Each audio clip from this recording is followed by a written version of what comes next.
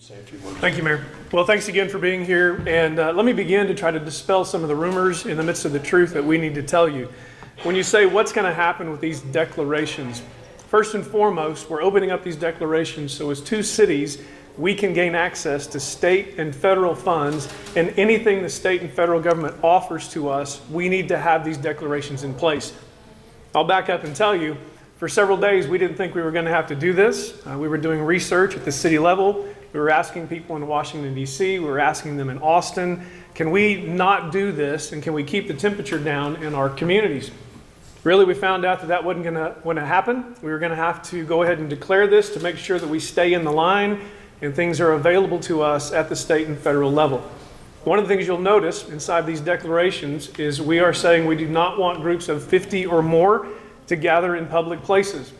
Now, let me clarify a few things. There's there's more than a couple. There's several exceptions to that. And some of those things are like malls or places of worship or grocery stores. And you may ask, why are there so many exceptions? Well, a lot of it has to do with movement of people rather than just tight groups gathering. And so we also want people to go about their daily lives, which leads me to the next point, which is understanding.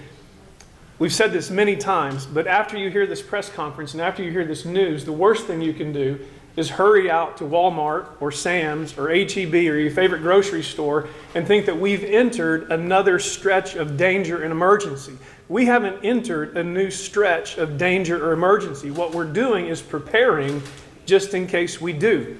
Not much has changed around here. We still do not have a confirmed case of coronavirus, but we're having to put in place as mayors that which is necessary so we can do for our communities the things we need to do. We can access what our communities need to access. Now let me give you another reality. The reality is we have been asked by multiple people, and I will even say we've been asked by healthcare professionals to be even more restrictive. I can't count the number of emails that I've received that say, could you please just shut down restaurants and bars? Could you please just shut down the community? And both of us know that our communities have been absolutely hammered by what's happening in the oil and gas market. And then you have what's happening here related to the coronavirus. And quite frankly, we're not willing to bring our communities to their knees. But that requires of every single citizen that you listen to the fact that this is very serious. We know how we are as West Texans. We absolutely think that we are immune to anything. We actually think we can probably just rub some dirt on it and the coronavirus should go away. But the fact of the matter is, it is serious. As the mayor told you, we just learned from the White House this afternoon, the coronavirus is three times as infectious as the common flu. We probably, I don't want to scare anybody with this comment, and you're going to have to make sure you don't overreact. We probably have the coronavirus here in the basin, even closer than we think. But we're still waiting on testing to ramp up, and we can't take chances. We can't continue to just think we're immune to this. So what we're doing as mayors is stepping up with these declarations. We're saying we do not want you in groups of 50 or more. You shouldn't be out promoting something of 50 or more. There are exceptions, again, that you'll be able to read later on when you get a copy of the declarations. You'll be able to see the exceptions. You'll also be able to see that this is not as strict as we could have gone. This is not as extreme as we could have gone. Now, a third thing or fourth thing, whichever one it is now and all the things I'm telling you, our city councils have the opportunity in the next 7 days to say they don't want this to continue.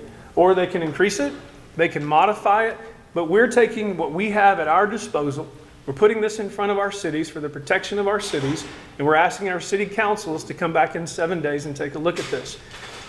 I want to reiterate, we are not elevating quite literally beyond where we already are. I know the mayor and I have talked to restaurateurs. We've talked to them about limiting the space inside their restaurants.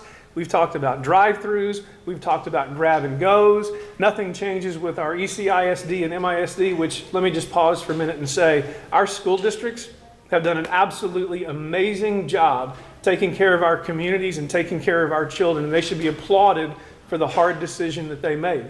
But what we're doing right here in Midland, Odessa, is being aggressively proactive as much as we possibly can right now without pulling the last trigger to get even more extreme. What we don't need you to do as Odessans and Midlanders is to go into some form of panic right now.